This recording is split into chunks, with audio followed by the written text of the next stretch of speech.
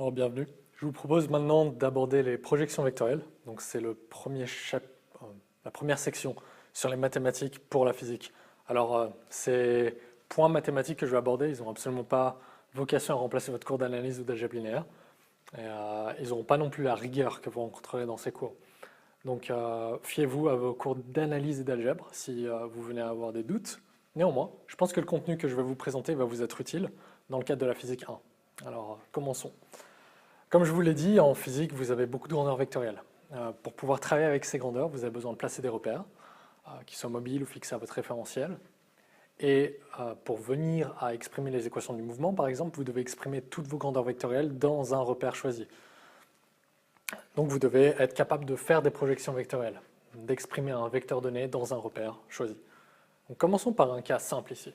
On a un repère avec pour origine O, deux vecteurs unitaires, il est orthonormé, E1, E2.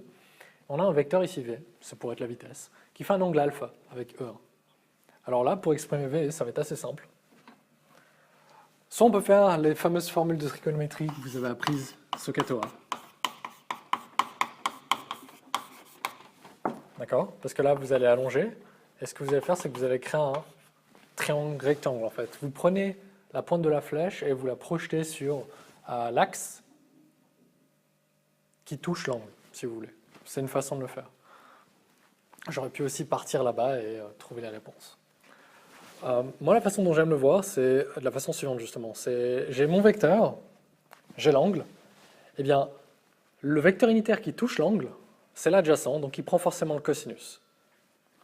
Donc là, si j'écrivais, je vais avoir V égale la norme de V qui multiplie le cosinus alpha fois le vecteur unitaire E1.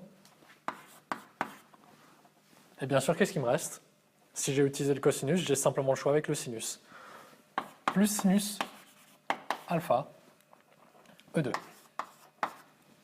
Donc je vous ai dit pourquoi j'utilise le cosinus et le sinus dans ces cas-ci, mais je ne vous ai pas parlé des signes. Pourquoi je mets un plus ici et pourquoi je mets un plus là? Eh bien, en fait, je regarde simplement si, pour partir de l'origine de V et arriver à la pointe de la flèche, est-ce que je suis en train de me balader dans le sens de E1 et E2 ou dans le sens contraire, dans le sens opposé? Là, je me balade en plus E1, donc je fais V cos alpha E1, et après je fais encore plus V sin alpha E2, je ne suis pas allé en bas. Donc c'est comme ça que j'ai arrangé les signes. Si vous êtes vraiment en mathématiques, normalement V ici, ça devrait être une norme, strictement positive. J'ai fait exprès justement de ne pas utiliser la notation avec le vecteur et les deux barres de part et d'autre, parce que nous, ce qu'on va faire, c'est qu'on va poser ça comme une sorte de pseudo-norme. Si, en résolvant vos équations, vous trouvez que V est négatif, ça veut simplement dire que vous avez orienté votre vecteur dans le mauvais sens. Et c'est pas grave. Vous n'allez pas tout le temps savoir exactement comment les forces doivent se placer. Bon, le poids, par exemple, réaction normale du support, oui, mais certaines forces, les forces de frottement aussi, mais ça peut arriver qu'il y ait une force, par exemple, une force de rappel du ressort ou autre, que vous ne placez pas correctement. Du coup, ça va se corriger. Et dans les cas de choc entre particules, notamment lorsque vous projetez les vecteurs vitesse, après le choc, vous ne savez pas forcément où va aller votre particule. Donc, avoir ici un V négatif dans les résultats veut simplement dire, d'accord, vous avez orienté le vecteur d'une façon sur votre dessin. La réponse, c'est simplement le vecteur opposé. C'est tout. D'accord? Voilà, ça je vous laisse vérifier ça de votre côté. Vous pouvez faire ce qu'à toi, mais moi je vous ai donné l'argument et je vais encore le faire jusqu'à ce que ça devienne intuitif. Passons maintenant à un cas assez classique où vous avez une casse qui descend sur un plan incliné qui a un angle alpha avec le sol. Donc là, voilà. D'accord. Le repère, souvent dans ce genre d'exercice, on le place le long du plan incliné. Donc un des vecteurs unitaires est parallèle au plan, tandis que l'autre est orthogonal au plan. Donc mon repère c'est OE1, E2 encore une fois. L'angle alpha, c'est l'angle que fait le plan avec le sol, et c'est aussi l'angle que fait E1 avec le sol. J'ai deux forces, car j'ai pas de frottement sur cette casse. J'ai la réaction normale du support, qui empêche que la casse ne s'enfonce dans le plan incliné, et j'ai bien sûr le poids, parce qu'on est sur Terre, et que ma caisse a une masse m. Alors là, je vais commencer par la force la plus simple. Et c'est aussi autre chose. Vous voyez là-bas, le vecteur était placé directement à l'origine. Là, ils ne sont pas placés à l'origine. Ce n'est pas pour autant que ça doit vous perturber dans la projection, d'accord? Si vous voulez être vraiment académique, vous pouvez faire un dessin où vous ramenez n à l'origine, mg à l'origine, puis vous projetez. Vous pouvez commencer à faire ça, mais enfin, ça prend du temps. Faites-le pour vous y habituer, mais après, peut-être délaissez ça et faites-le de tête, on va dire. Vous n'êtes pas obligé de rabattre tous vos vecteurs à l'origine du repère pour pouvoir faire vos projections. Et je vais vous le montrer d'ailleurs, comment moi je vais le faire. Je prends n, c'est le plus simple. Pourquoi? Parce que n, il est normal au plan. Et E2, il est aussi normal au plan. C'est-à-dire que ces deux vecteurs-là sont collinaires. Donc, si j'ai un vecteur qui est collinaire à un des vecteurs unitaires, je sais forcément que ce vecteur, il va seulement avoir une composante. D'accord? Parce que s'il est collinaire à E2, et que E2 est orthogonal à 1, j'ai rien à projeter, d'accord, sur E1. Si je projette le vecteur n, c'est un point, d'accord, sur E1. Donc, ça compte pour du beurre. Il n'a pas de composante en E1. Donc, là, quand je vais exprimer n, je vais voir n, c'est simplement sa norme fois le vecteur unitaire E2.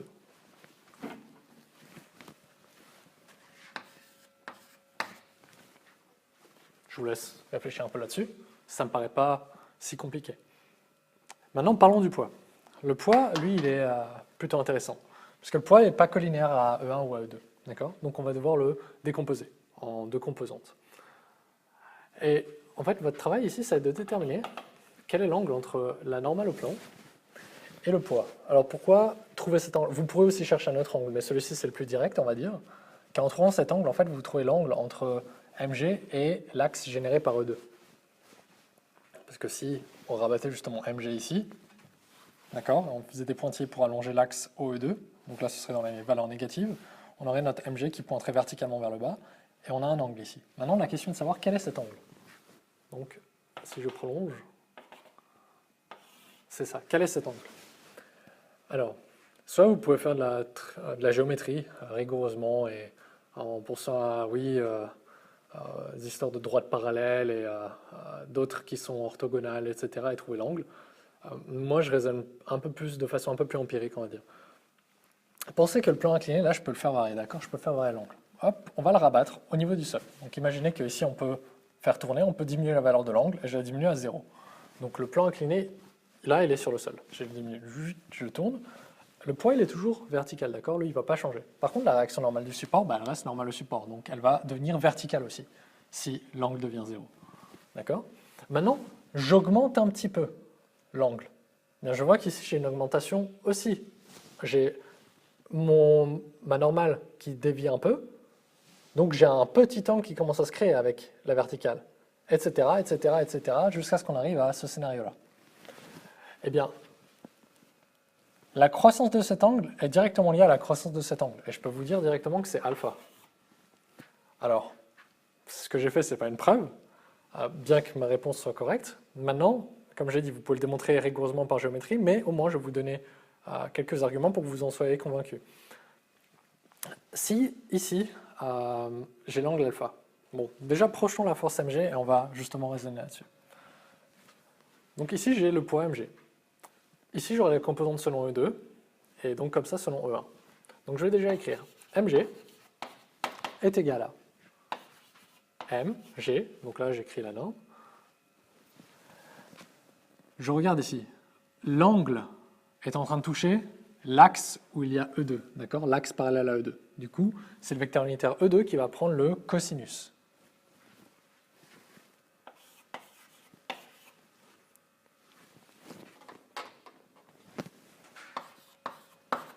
Maintenant, la question est de savoir si je me balade en plus ou en moins E2. Quand je pars de là, je pars du début du vecteur mg, je me balade là, j'ai fait du moins E2. Je me suis baladé sur un axe parallèle à OE2, et dans le sens opposé. Par conséquent, j'ai un moins ici. C'est moins cos alpha, E2. Du coup, donc là, le moins mg, bien sûr, il multiplie tout, les deux composantes. Ici, je vais avoir un sinus alpha, par élimination. Donc le E1, il va avoir un sinus alpha. Donc je fais moins mg cos alpha E2, et après je me balade comme ça, donc je vais avoir du sin alpha E1, mais est-ce que ça va être plus ou moins bas? Je vois que je me balade le long d'un axe parallèle à OE1, et dans le sens opposé à E1. Donc je vais avoir un sin moins ici, ça va être un moins sinus alpha E1. Voilà. Maintenant, revenons sur le raisonnement. Supposez que l'angle alpha soit nul. Qu'est-ce qu'on obtient? Sinus de 0, ça devient 0. Cosinus de 0, ça devient 1. Donc je vais avoir mg moins fois moins E2. Donc ça va me donner moins mge2. Ce qui est cohérent avec le fait que si le plan il est là, il est rabattu au niveau du sol, le poids est bien vertical et il se réexprimerait simplement comme moins mge2, car, je vous rappelle, hein, si on diminue l'angle, là le repère il serait en train de bouger. Donc j'ai bien une expression verticale vers le bas du poids. Maintenant, si l'angle allait vers un extrême, par exemple, disons pi sur 2 radians ou 90 degrés. Si on va à 90 degrés, le cosinus de 90 degrés vaut 0. Par contre, le sinus de 90 degrés vaut 1.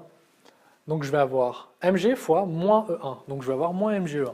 Alors si j'ai 90 degrés, mon E1 il est devenu vertical tandis que le E2 il est à l'horizontale. Et j'ai moins mg-E1. Donc le poids est bien toujours vertical, peu importe comment on change le plan incliné, il est vertical, dirigé vers le bas. Et donc il est opposé au vecteur unitaire E1 dans ce cas-là, pour un angle de 90 degrés. Donc la réponse que j'ai mise, elle est correcte. Alors voilà, c'est ce que j'ai dit. Une démonstration plus rigoureuse peut être attendue, mais pour la physique 1, là, ce sera suffisant. On ne va pas vous demander de faire toute la démonstration sur le papier pour démontrer comment vous avez projeté votre poids dans le cadre de vos problèmes. C'est parce que ça, c'est la première étape. Obtenir les équations du mouvement, ce sera bien plus intéressant pour nous. Faites une pause sur la vidéo, essayez vous-même, pratiquez, et passons à la suite.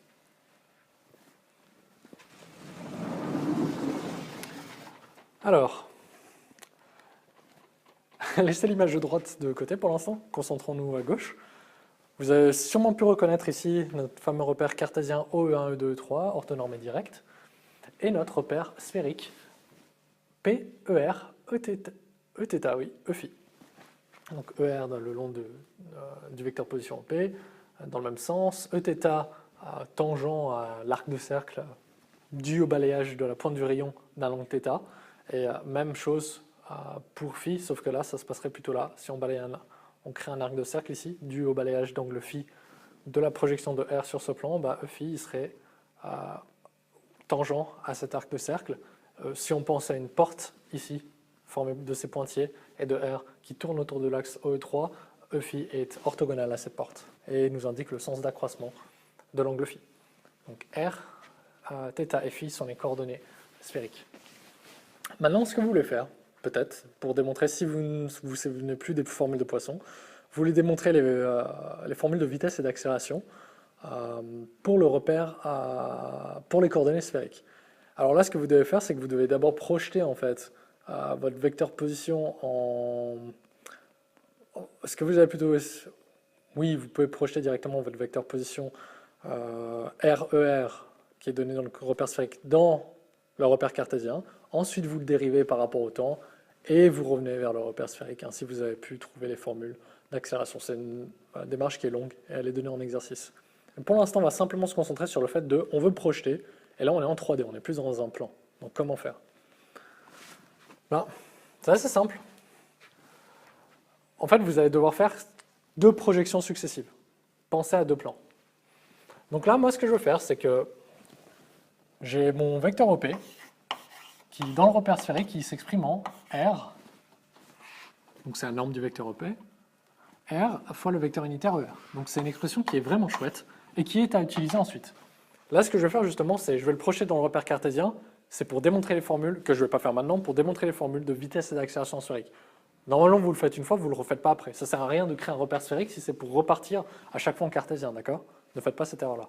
Donc, une fois que vous avez démontré vos formules de vitesse et d'accélération sphérique, vous les notez dans un formulaire et vous les utilisez. Pas besoin de refaire la démonstration à chaque fois. Ok, donc on a OP qui est égal à RER. Alors là, si je projette, je sais que j'ai un angle θ.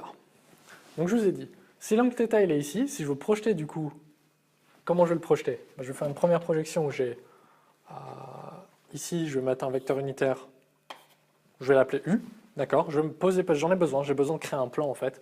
Le plan formé par les pointillés, j'ai besoin de lui donner des vecteurs unitaires.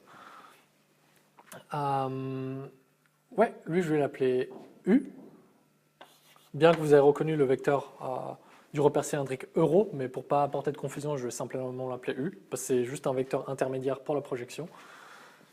Et là, je fais un dessin. Là, j'ai mon vecteur... voilà. Enfin, je peux même mettre en fait, le vecteur unitaire directement.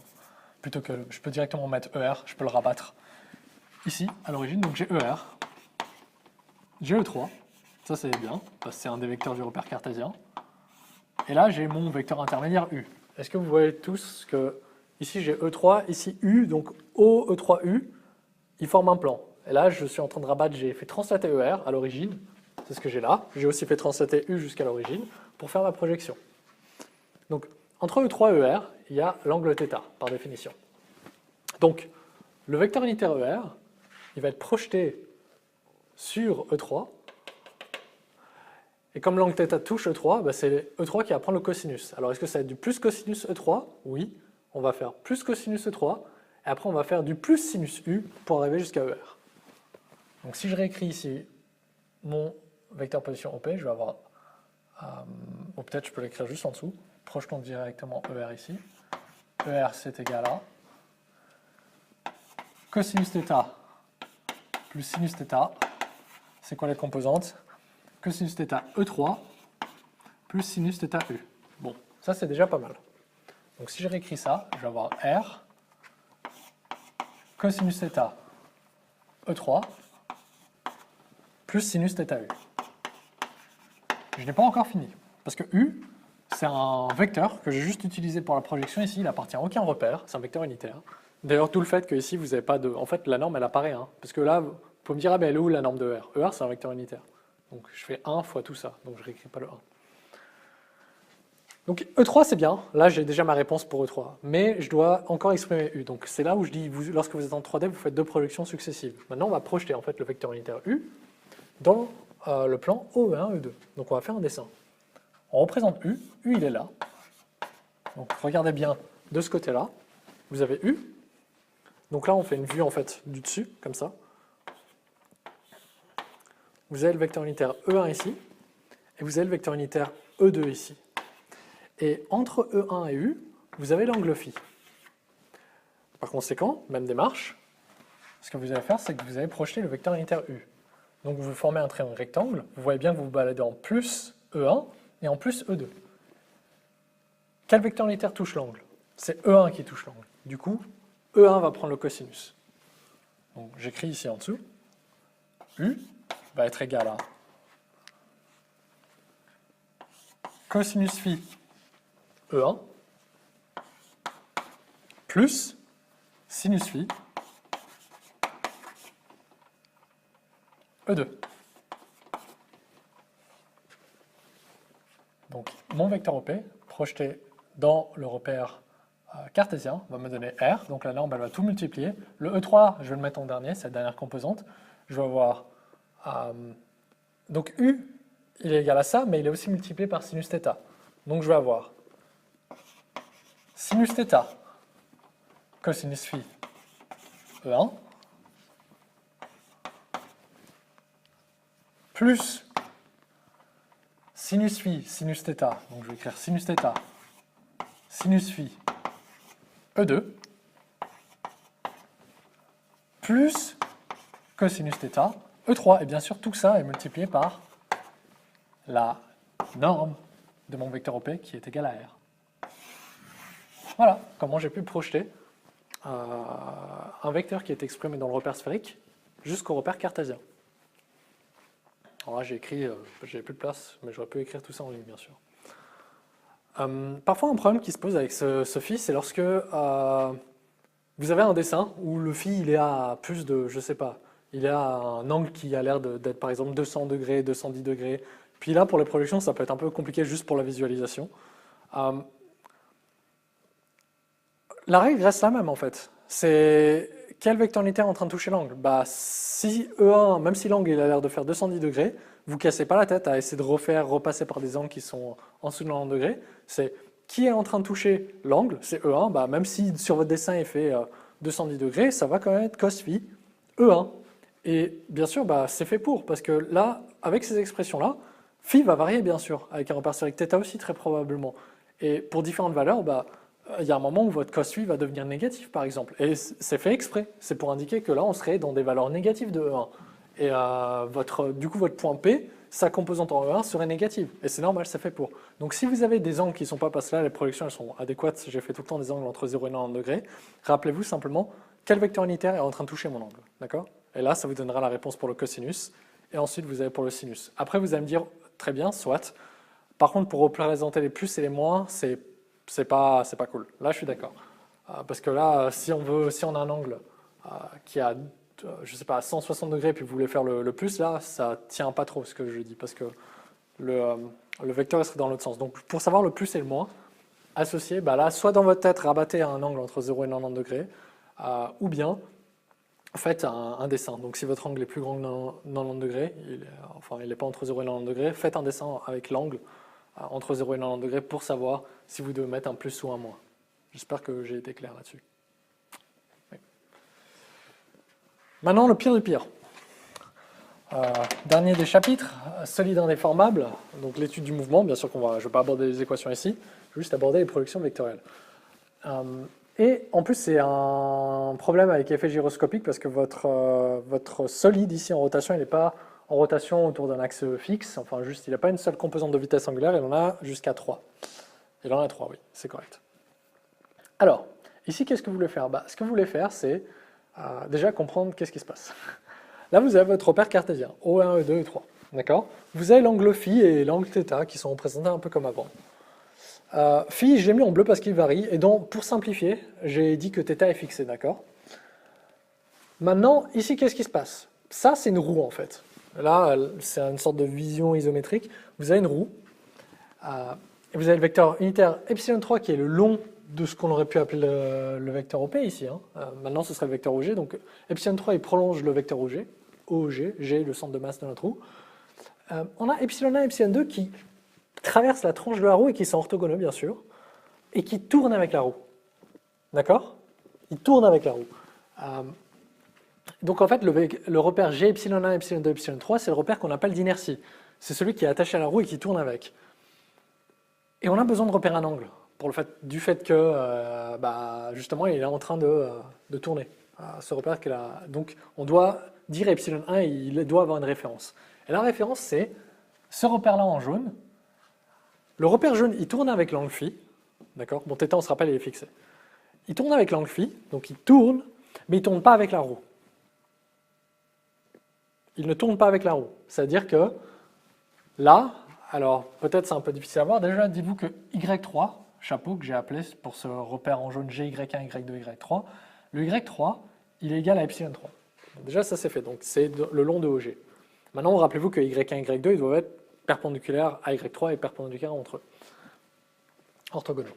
Et là en fait, ce que j'ai fait, c'est que Y2, il est directement perpendiculaire à OG.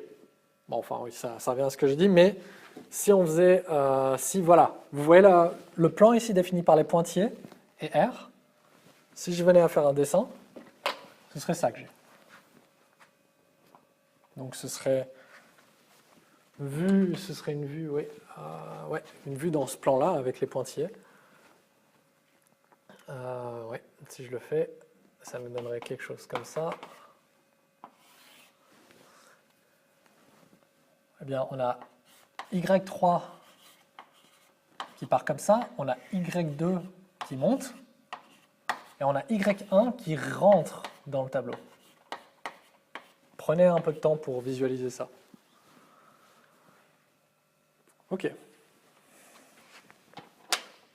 Et du coup, ε1 fait un angle psi avec Y1. Donc là, si on devait représenter ici, on aurait ε1, ε2 qui tournent autour de Y3 qui est aussi ε3. Donc à un moment, il passerait par Y2, après il reviendrait vers nous entièrement, puis après il repartirait. Voilà. Maintenant, ce qu'on veut, c'est exprimer la vitesse angulaire de ce solide dans le référentiel d'étude. D'accord? Parce que le repère cartésien, là, il est fixe au référentiel absolu, par exemple. Et on veut la vitesse angulaire de ce solide. Pourquoi? Parce qu'on a besoin pour justement exprimer par exemple ce moment cinétique et après trouver les équations du mouvement avec le théorème du moment cinétique. Donc exprimer la vitesse angulaire du solide, c'est important et on doit le faire dans ce repère d'inertie. Parce qu'on a un produit matriciel avec le tenseur d'inertie et lui il est exprimé dans le repère d'inertie. Alors, on va déjà voir quels angles sont en train de varier. Il y a phi et il y a psi. Alors on va exprimer, on commence. On va déjà poser oméga, donc c'est la vitesse angulaire du solide, qui va être égale à, rappelez-vous, si j'ai une rotation d'angle phi dans le plan O1, E2, la vitesse angulaire juste pour cet angle, donc phi point, sera orthogonale au plan O1, E2, donc ce sera le long de E3. Et avec la convention que phi point, La pseudo-norme, je vous l'ai dit, elle peut être positive ou négative. Si elle est positive, le vecteur sera le long de E3 et dans le sens de plus E3. Alors, on va avoir du phi point E3. Donc, je vous l'ai dit, rotation trigonométrique dans le plan O1, E2, ça c'est positif. Rotation horaire, ça devient négatif. Et encore une fois, vos équations du mouvement vous l'indiquerez. Par exemple, si la roue venait à tourner dans l'autre sens, et bien là, votre phi point serait par exemple moins 3 radians par seconde. D'accord? Mais pour l'instant, vous le notez simplement comme ça. Donc, vous prenez en fait le vecteur qui est orthogonal au plan et vous le multipliez directement par la dérivée de l'angle par rapport au temps. Oui, rappel, phi point, ça veut dire dérivée par rapport au temps de phi. Notation de Leibniz. Ensuite, θ il est fixe, donc on s'en moque. Après, on a psi, l'angle, ici. Donc psi, son plan de rotation, c'est celui qui est défini par GY1, Y2. GY1, Y2, et du coup, le vecteur qui est normal à ce plan, c'est Y3, bien sûr. C'est le troisième vecteur du repère, qui est aussi epsilon 3. Par conséquent, je peux dire que l'autre composante de la vitesse angulaire, c'est psi point fois le vecteur unitaire epsilon 3. Alors là, certains se diraient cool, on a tout trouvé. Pas exactement, parce que là, votre vecteur il est très mal exprimé. Vous utilisez deux vecteurs de deux repères différents. Ça, c'est pas interdit, mais vous pouvez certainement pas finir votre réponse comme ça. Enfin, vous devez choisir un repère. Et comme on va aller jusqu'au repère d'inertie, ça on le garde. Par contre, E3, il va falloir le projeter jusqu'à arriver au repère en rouge. Alors, on fait étape par étape. On va d'abord le projeter dans le repère en jaune. Je reporte E3, donc rappelez-vous, j'ai le droit de translater un vecteur. E3, il est vertical, dirigé vers le haut. Je le ramène ici en G. J'ai E3, vertical, dirigé vers le haut. Je me rappelle que l'angle entre E3 et OG, c'est θ. Et il se trouve que OG, il est généré aussi par le vecteur unitaire Y3. Par conséquent, qui touche l'angle θ, c'est E3 que je veux projeter, donc je ne vais pas dire E3, oui, E3 certes, bien sûr, mais il va toucher l'angle, le vecteur unitaire Y3 dans le repère où je veux aller. Du coup, je peux dire que E3 va être égal à cosinus θ Y3 plus sinus θ Y2. Alors, pourquoi plus Y3 ? Je vois bien que je me bats le long de Y3 dans le sens de Y3 et pareil pour Y2 pour former E3.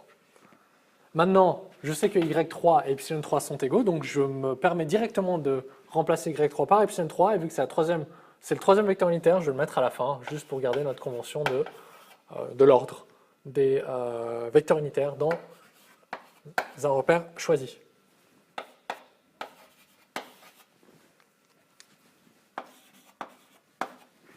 Donc ça aussi c'est bon. Maintenant, ce qu'il me faut, c'est exprimer Y2 dans le repère en rouge. Parce qu'à la fin, je vous l'ai dit, tous les vecteurs unitaires ici devraient être rouges. Ils devraient être du repère d'inertie. Donc là, je vais faire un autre dessin.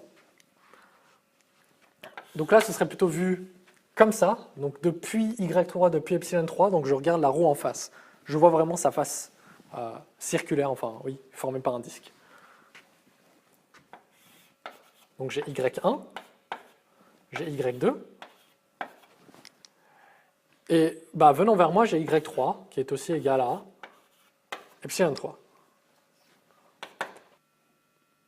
Je vais reprendre là où nous en étions restés, et je me suis permis de m'avancer un peu au niveau des dessins. Donc je parlais de comment projeter en fait Y2 dans le repère d'inertie. Alors regardez le dessin que j'ai fait. Là, on va aller voir, justement, on se place pile devant epsilon3 ou Y3 et on regarde la roue qui tourne de face. Donc on voit la face circulaire, le disque. Ici, qu'est-ce qu'on voit ? Y1, Y2, et Y3 qui vient vers nous, qui est aussi égal à epsilon3. Qu'est-ce qu'on voit également ? On voit epsilon et epsilon2 qui tournent avec un angle psi. On sait qu'il y a un angle psi qui se forme entre epsilon1 et Y1. Comme Y1 et Y2 sont perpendiculaires, comme epsilon1 et epsilon2 sont perpendiculaires, donc si epsilon1 se décale de psi, epsilon2 va se décaler de psi par rapport à Y2. Donc là, j'ai pu aussi placer mon angle de y2 jusqu'à un vecteur unitaire. Vu que psi touche epsilon 2, c'est lui qui va prendre le cosinus. Et est-ce qu'on va aller en plus? On va faire, oui, plus cosinus psi epsilon 2, plus sinus psi epsilon 1. Ce que j'ai écrit juste ici. y2 est égal à cosinus psi epsilon 2 plus sinus psi epsilon 1. Ensuite, on repart sur l'expression de notre vecteur unitaire E3. On remplace y2 ici, on sait que tout était multiplié par un sinus θ. Donc qu'est-ce qu'on obtient? On obtient sinus θ, sinus psi epsilon 1, qu'on retrouve ici. Sinus θ, cosinus psi epsilon 2, et on garde le plus cosinus θ epsilon 3. Ensuite, qu'est-ce qu'on fait? On revient sur l'expression de notre vitesse angulaire qu'on avait définie là-haut. Oméga est égal à phi point E3 plus psi point epsilon 3. Ça va nous donner, et oméga est égal à phi point sinus θ sinus psi epsilon 1 plus phi point sinus θ cosinus psi epsilon 2 plus, entre parenthèses, parce qu'on a cette composante selon epsilon 3, cette composante multipliée par phi point selon epsilon 3, donc on va avoir plus phi point cosinus θ plus psi point epsilon 3. Voilà. Alors là, ce qu'on a fait, on a pu exprimer la vitesse angulaire du solide dans le repère d'inertie. On va pouvoir appliquer les équations d'Euler et poser les équations du mouvement. Donc là, le gros du travail en fait a été fait pour traiter le cas du mouvement d'un solide indéformable qui subit plus qu'une rotation. Donc là, ce serait rotation et précession, si je ne m'abuse. Oui, rotation ici et précession autour de l'axe OE3. Ce qu'on a vu, c'est valable pour tous les vecteurs. Vous avez beaucoup de grandeur vectorielle en physique. Pensez à la quantité de mouvement, à la vitesse, l'accélération, la position, les forces, le moment cinétique, le moment de force. Tout ce qu'on a fait, c'est valable pour tous les vecteurs. Et vous en aurez besoin. Maîtrisez ça, car c'est comme ça que vous allez pouvoir poser vos équations du mouvement. Vous devez choisir un repère, dans le cas, peut-être vous devez passer par 2 repères dans votre exercice, mais à la fin, sûrement vous poserez vos équations au final, vous les poserez dans un repère de choix. Et pour y arriver, vous devez faire parler tous vos vecteurs la même langue. Donc vos vecteurs, ils arrivent, c'est des quantités, c'est des grandeurs physiques, ils ont un sens physique, et vous allez justement, pour mathématiser et résoudre votre problème, les exprimer dans un repère donné. Donc vous allez les faire parler en quelque sorte la même langue, de façon à résoudre votre problème. Travaillez là-dessus, pratiquez. Voilà. Puis je vous dis à une prochaine vidéo du coup.